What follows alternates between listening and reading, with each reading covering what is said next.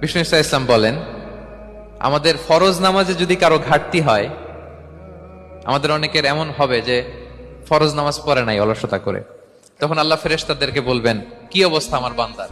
বলবে, আল্লাহ অনেক ফরজ নামাজের তো ঘাটতি দেখা যাচ্ছে।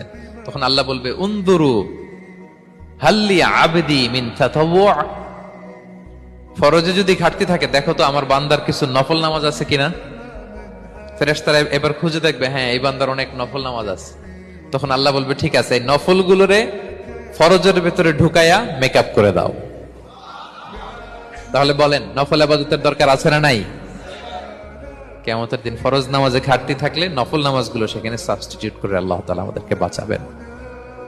এজন্য আমরা যেন নফল করি। ফরজ তো করতেই হবে, এটা তো কম্পালসরি, অব্লিগেটরি, আল্লাহর মাইট থেকে বাঁচার জন্য করতেই হবে।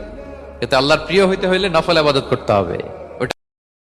বিষ্ণু ইসলাম বলেন, আমাদের ফরজ নামাজে যদি কারো ঘাটতি হয়, আমাদের অনেকের এমন হবে যে ফরজ নামাজ পড়ে নাই অলসতা করে, তখন আল্লাহ ফেরেশতাদেরকে বলবেন, কি অবস্থা আমার বান্দার?